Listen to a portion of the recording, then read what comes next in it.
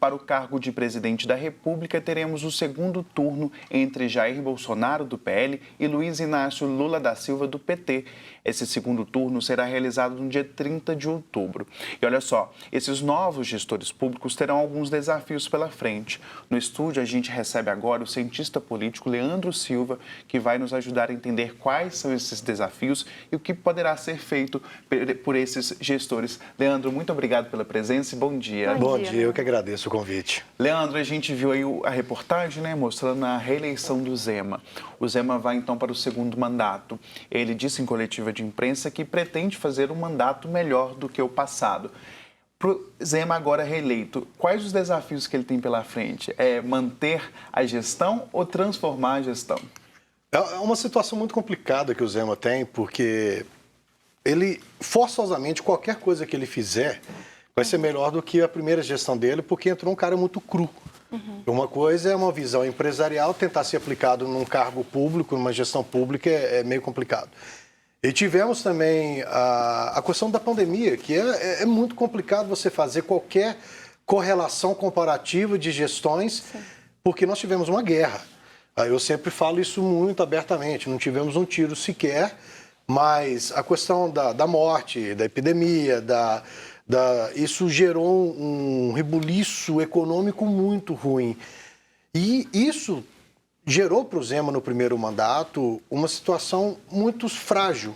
Ele não pôde atender os militares, não pôde atender aos professores, porque ele tem um teto de gasto.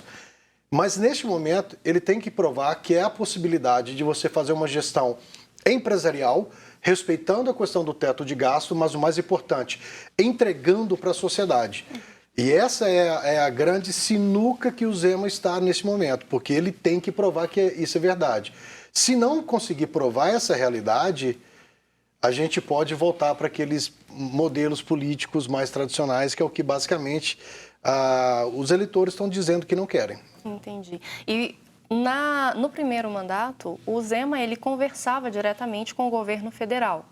Agora, nessa campanha, ele tentou se abster desse apoio, né, pelo menos nesse primeiro turno, fazendo uma campanha mais neutra. Como fica a situação do nosso governo, né, do nosso governador, dependendo de quem ganhar as eleições presidenciais? Como que fica essa conversa?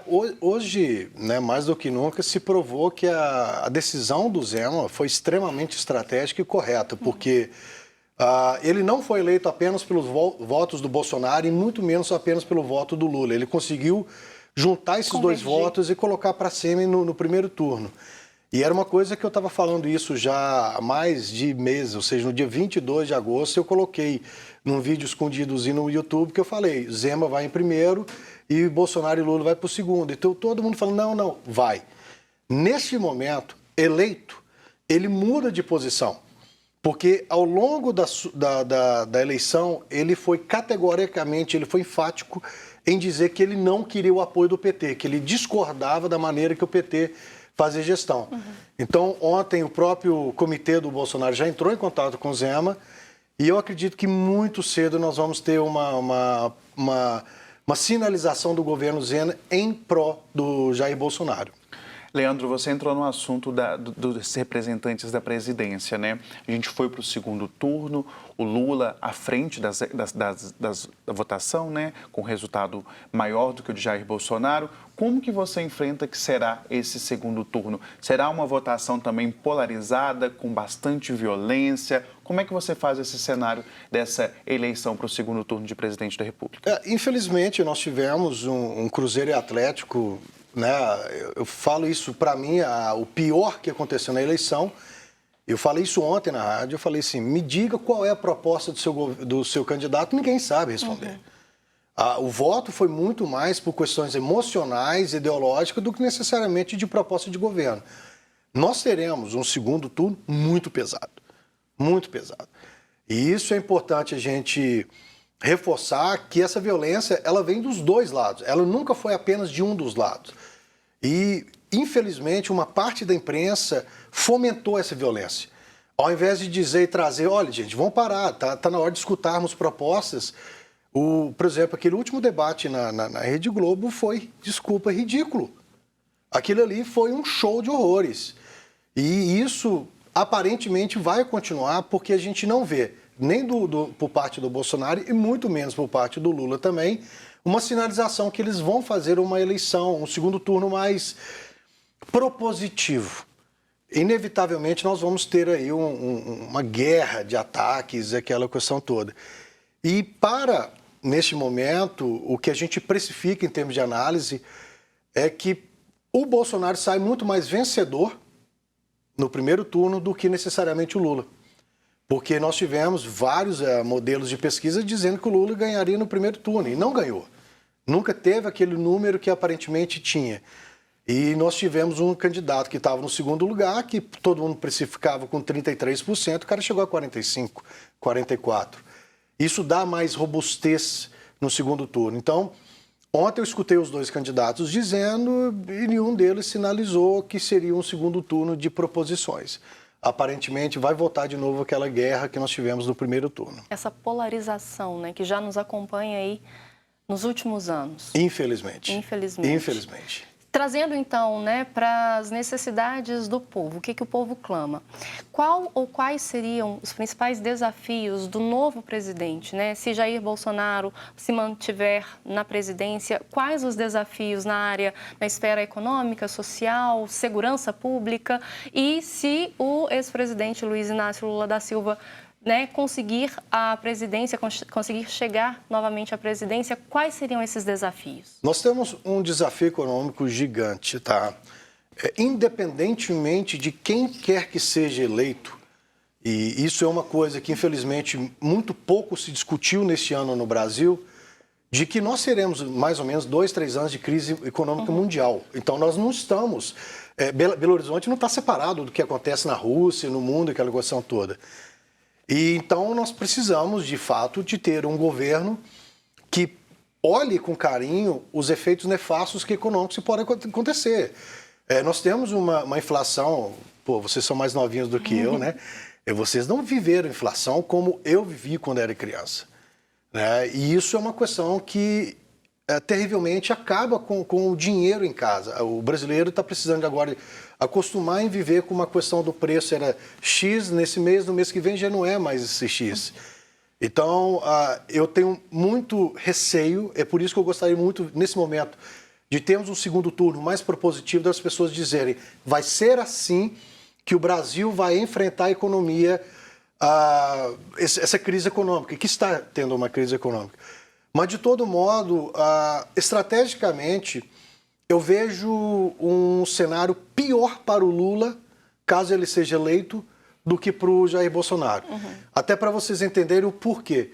Nessa eleição do primeiro turno, o número de senadores, deputados, a bancada pró-Bolsonaro, ficou assim, assustadora. Está todo mundo tentando entender como é que aconteceu. Ninguém precificou isso. E, diferentemente do que aconteceu quando no primeiro mandato do Lula, ele tinha uma bancada de Congresso e Senado muito em favor dele. Se eleito, o Lula passaria a ter que entrar num Congresso e ter que pedir uma bênção que ele nunca teve. Ou seja, ele vai ter que fazer o que o Bolsonaro está fazendo agora com o Centrão. E para o Bolsonaro, caso ele fosse eleito, ele teria um mandato com muito mais facilidade de aprovar projetos. A questão toda, volta nessa pergunta sua. Tá, o que eles vão fazer? Não sei, porque basicamente a gente ainda não tem, de fato, um projeto.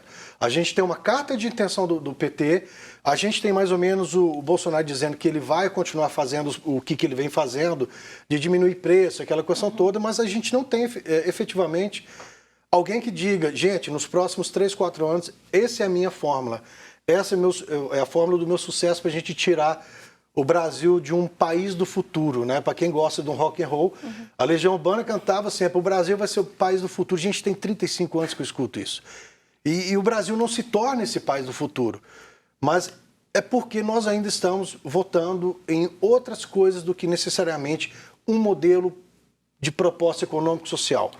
A cada 4 anos, o Brasil vira a chave, muda, volta lá para trás. A gente trazendo para a esfera estadual, na Câmara dos Deputados, né, aqui na Assembleia Legislativa, no caso, teve um baixo índice de renovação, mas um número que chama a atenção é o crescimento de mulheres que foram eleitas, 20%, mas também que é muito baixo, né?